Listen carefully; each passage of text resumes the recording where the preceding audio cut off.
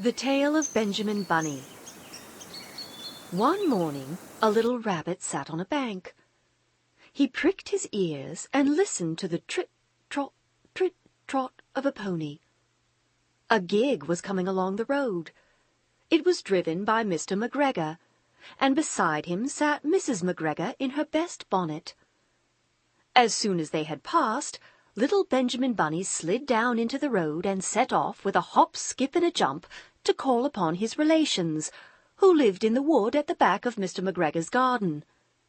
That wood was full of rabbit holes, and in the neatest, sandiest hole of all, cousins Flopsy, Mopsy, Cottontail, and Peter. Old Mrs. Rabbit was a widow. She earned her living by knitting rabbit wool mittens and muffetees. She also sold herbs and rosemary tea and rabbit tobacco, which is what we call lavender. Little Benjamin did not very much want to see his aunt. He came round the back of the fir tree and nearly tumbled upon the top of his cousin Peter. Peter was sitting by himself. He looked poorly, and was dressed in a red cotton pocket-handkerchief. "Peter," said little Benjamin in a whisper, "who has got your clothes?" Peter replied, "The Scarecrow in Mr. McGregor's garden," and described how he had been chased about the garden and had dropped his shoes and coat. Little Benjamin sat down beside his cousin and assured him that Mr. McGregor had gone out in a gig, and Mrs. McGregor also, and certainly for the day because she was wearing her best bonnet. Peter said he hoped that it would rain. At this point, old Mrs. Rabbit's voice was heard inside the rabbit hole, calling, "Cottontail! Cottontail, fetch some more chamomile." Peter said he thought he might feel better if he went for a walk. They went away hand in hand and got upon the flat top of the wall at the bottom of the wood.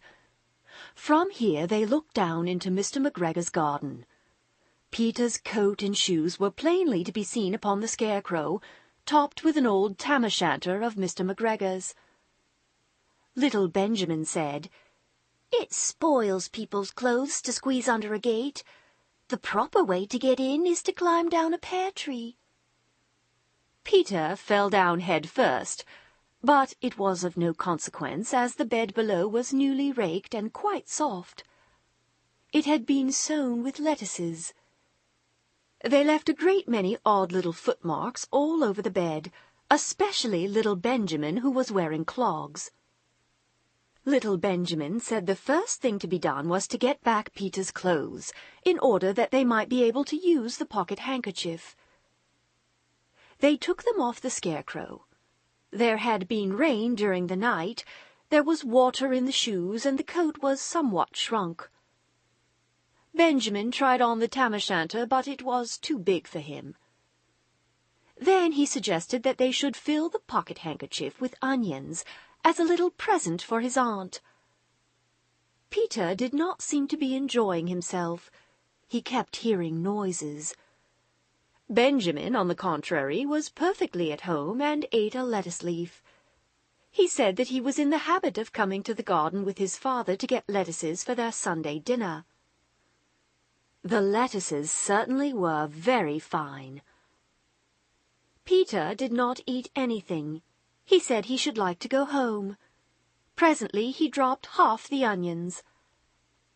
Little Benjamin said that it was not possible to get back up the pear tree with a load of vegetables. He led the way boldly towards the other end of the garden. They went along a little walk on planks under a sunny red brick wall.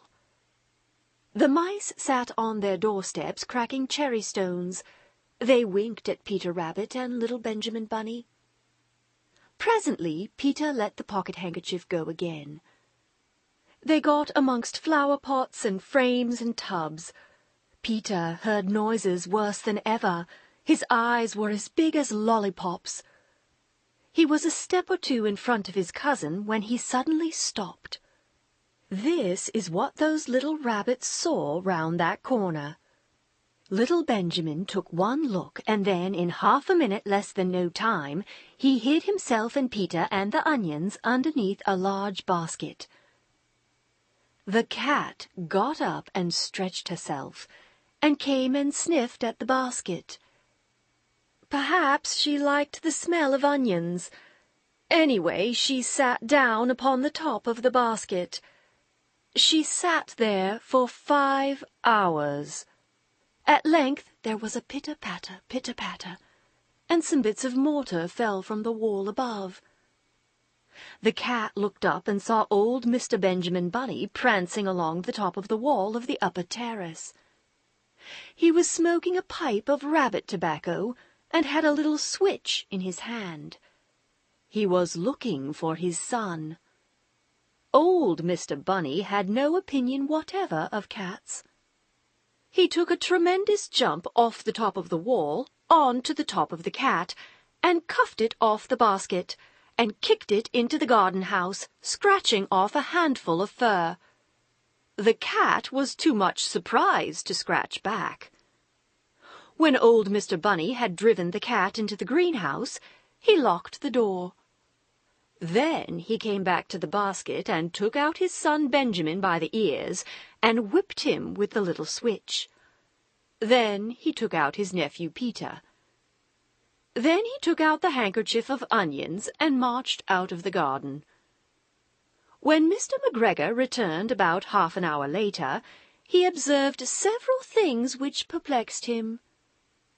It looked as though some person had been walking all over the garden in a pair of clogs, only the footmarks were too ridiculously little. Also, he could not understand how the cat could have managed to shut herself up inside the greenhouse, locking the door upon the outside. When Peter got home, his mother forgave him, because she was so glad to see that he had found his shoes and coat. Cottontail and Peter folded up the pocket-handkerchief, and old Mrs. Rabbit strung up the onions and hung them from the kitchen ceiling with the rabbit tobacco. The end.